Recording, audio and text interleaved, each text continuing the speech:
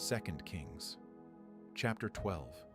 Jehoash began to reign in the 7th year of Jehu, and he reigned 40 years in Jerusalem. His mother's name was Zibiah of Beersheba. Jehoash did that which was right in Yahweh's eyes all his days in which Jehoiada the priest instructed him. However, the high places were not taken away. The people still sacrificed and burned incense in the high places.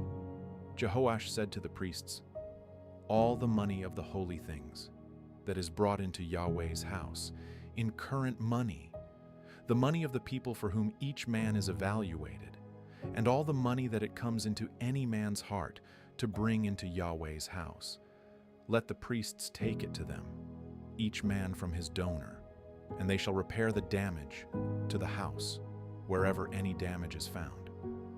But it was so, that in the 23rd year of King Jehoash, the priests had not repaired the damage to the house. Then King Jehoash called for Jehoiada the priest and for the other priests, and said to them, "Why aren't you repairing the damage to the house? Now therefore take no more money from your treasurers, but deliver it for repair of the damage to the house." The priests consented that they should take no more money from the people, and not repair the damage to the house. But Jehoiada the priest took a chest, and bored a hole in its lid, and set it beside the altar, on the right side as one comes into Yahweh's house. And the priests who kept the threshold put all the money that was brought into Yahweh's house into it. When they saw that there was much money in the chest, the king's scribe and the high priest came up, and they put it in bags, and counted the money that was found in Yahweh's house. They gave the money that was weighed out into the hands of those who did the work, who had the oversight of Yahweh's house. And they paid it out to the carpenters, and the builders who worked on Yahweh's house, and to the masons, and the stone cutters, and for buying timber, and cut stone to repair the damage to Yahweh's house, and for all that was laid out for the house to repair it.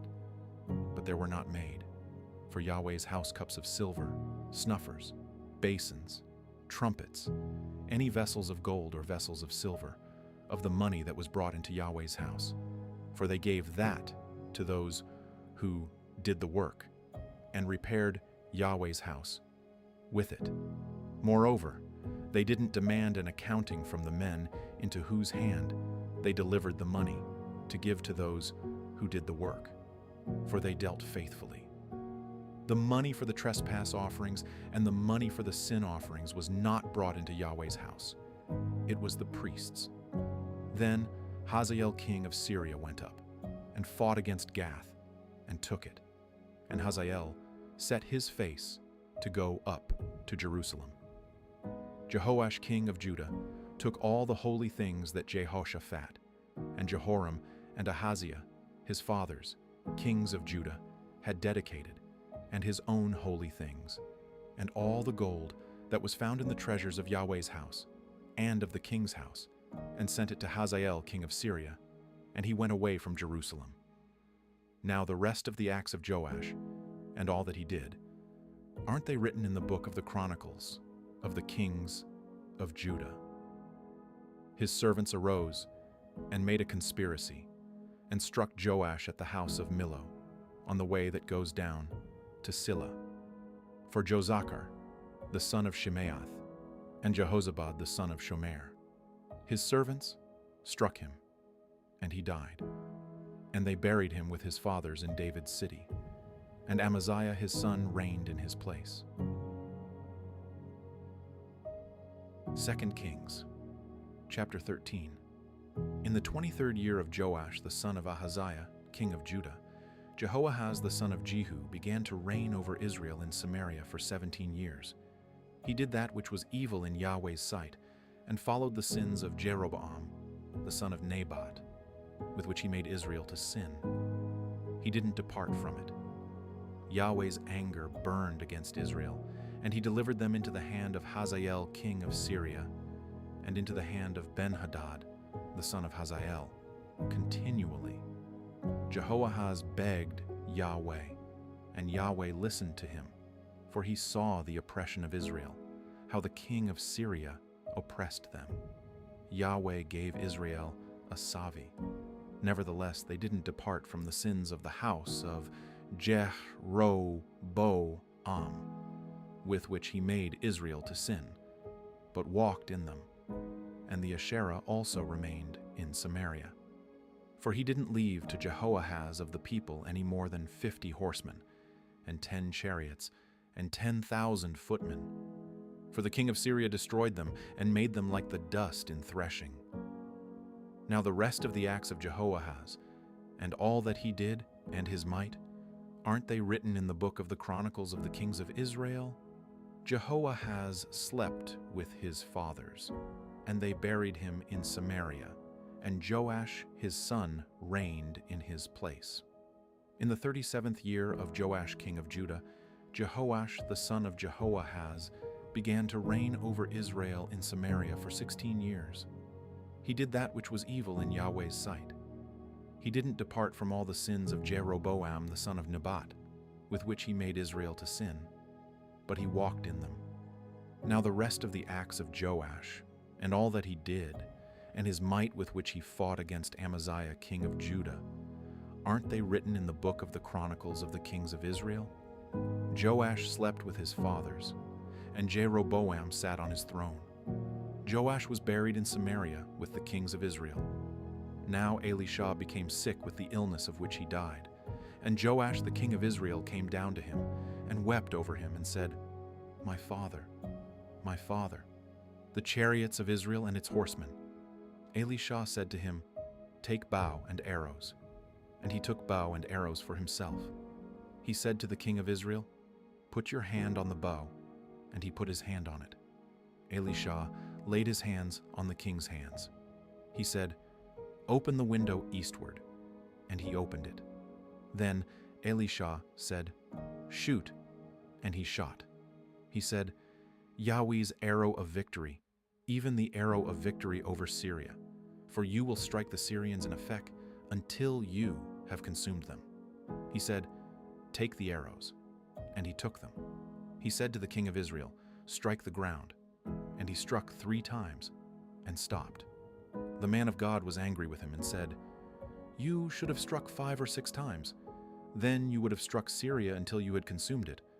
But now you will strike Syria just 3 times. Elisha died, and they buried him. Now the bands of the Moabites invaded the land at the coming in of the year. As they were burying a man, behold, they saw a band of raiders, and they threw the man into Elisha's tomb. As soon as the man touched Elisha's bones, he revived, and stood up on his feet. Hazael king of Syria oppressed Israel all the days of Jehoahaz. But Yahweh was gracious to them, and had compassion on them, and favored them because of his covenant with Abraham, Isaac, and Jacob, and would not destroy them. And he didn't cast them from his presence as yet. Hazael king of Syria died, and Benhadad, his son, reigned in his place. Jehoash the son of Jehoahaz took again out of the hand of Benhadad, the son of Hazael, the cities which he had taken out of the hand of Jehoahaz his father by war. Joash struck him 3 times and recovered the cities of Israel.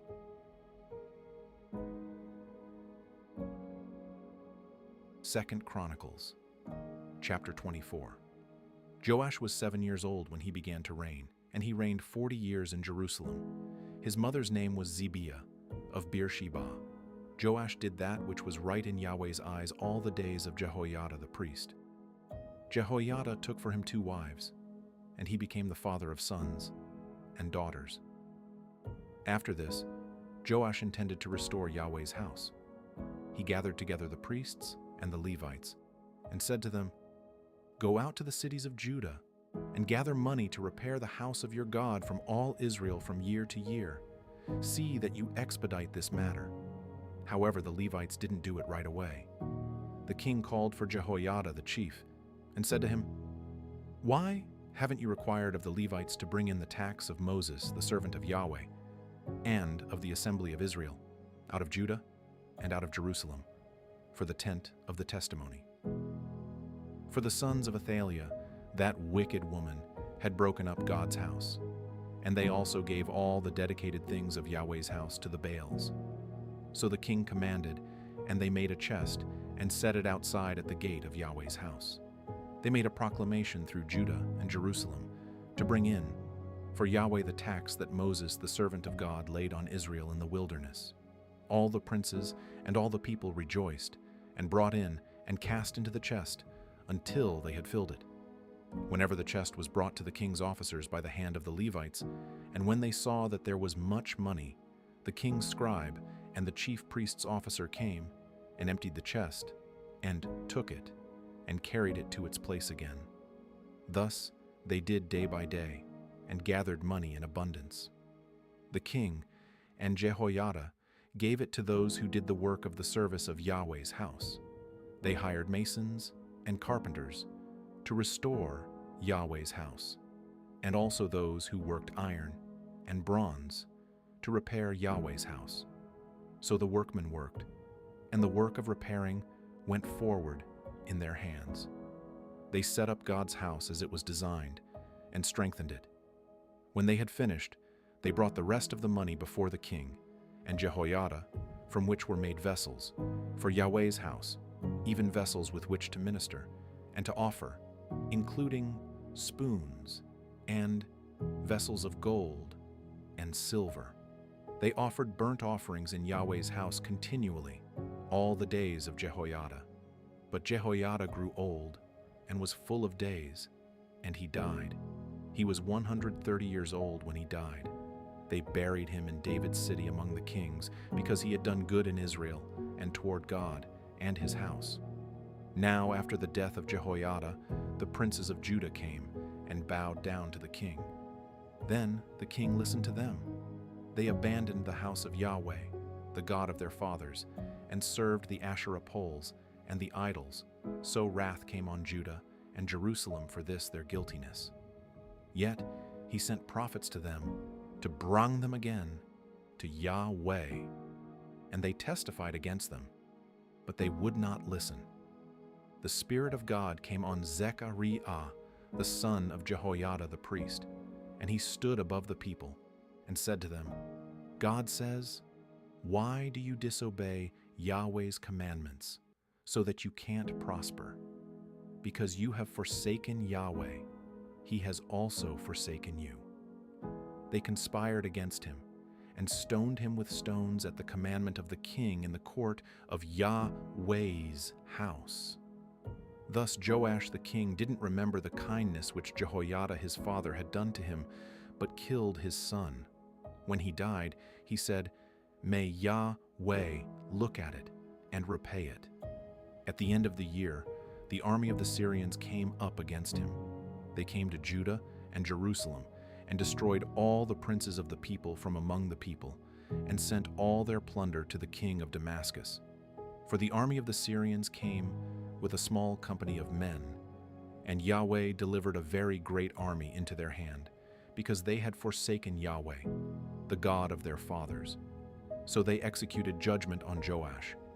When they had departed from him, for they left him seriously wounded, his own servants conspired against him for the blood of the sons of Jehoiada the priest, and killed him on his bed, and he died.